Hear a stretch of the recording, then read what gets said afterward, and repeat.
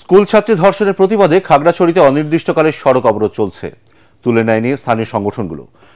জনসাধারণের চলাচলে নিষেধাজ্ঞা ও অবরোধের কারণে এখন পর্যন্ত কোনো ধরনের অপ্রীতিকর ঘটনা খবর পাওয়া যায়নি।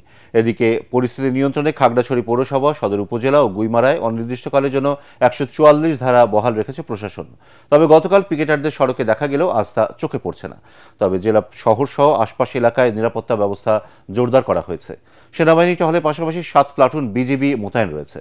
শনিবার খাগড়াছড়িতে সহিংসতার পর আতঙ্কে সাধারণ মানুষ ঘর থেকে বের হচ্ছেন না। কেউ বের হলেও আইনশৃঙ্খলা বাহিনীর তল্লাশির মুখে পড়ছেন। এমনকি শহরতলির দোকানপাটও খোলেনি। জেলা প্রশাসক ABM ইফতেখারুল ইসলাম খন্দকার জানিয়েছেন, পরিস্থিতি উন্নতি না হওয়া পর্যন্ত এই নির্দেশনা বহাল থাকবে। এর আগে অবরোধের কারণে সাজেকে আটকে পড়া পর্যটকদের রাতেই খাগড়াছড়িতে নিয়ে আসা হয়। দর্শক, খাগড়াছড়ির সবশেষ খবর জানাচ্ছেন আমাদের প্রতিনিধি আবু দাউদ। স্কুল ছাত্রী ধর্ষণের ঘটনাকে কেন্দ্র করে খাগড়াছড়ি এখন কিন্তু কার্যত অনেকটা থমথমে অবস্থা বিরাজ করছে।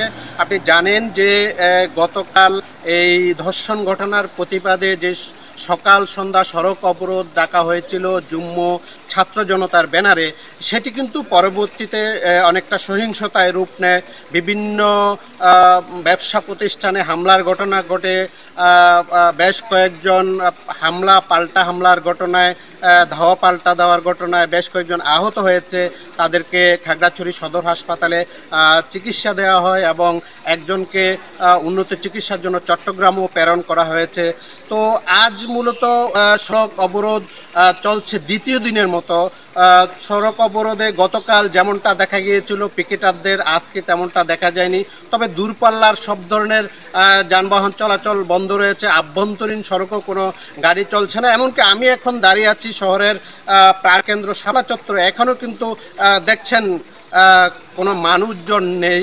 মূলত আইনশৃঙ্খলা বাহিনী, বিশেষ করে সেনাবাহিনী, বিজিবি, পুলিশের পাশাপাশি অন্যান্য যে আইনশৃঙ্খলা বাহিনী, তারা তৎপর রয়েছেন মাঠে।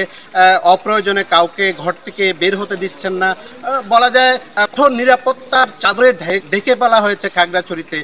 আর হলো গতকাল যে সহিংসতার ঘটনা ঘটেছে সেটির প্রশমনের জন্য প্রশাসন ব্যাপক তৎপর রয়েছে।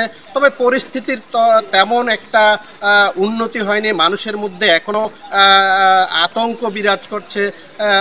তবে এই সড়ক অবরোধের কারণে খাগড়াছড়ি শহরের কোনো ধরনের যানবাহন চলাচল করছে না। এমনকি দোকানপাটগুলো এখনো পর্যন্ত খোলেনি। জানেন যে গত 23 সেপ্টেম্বর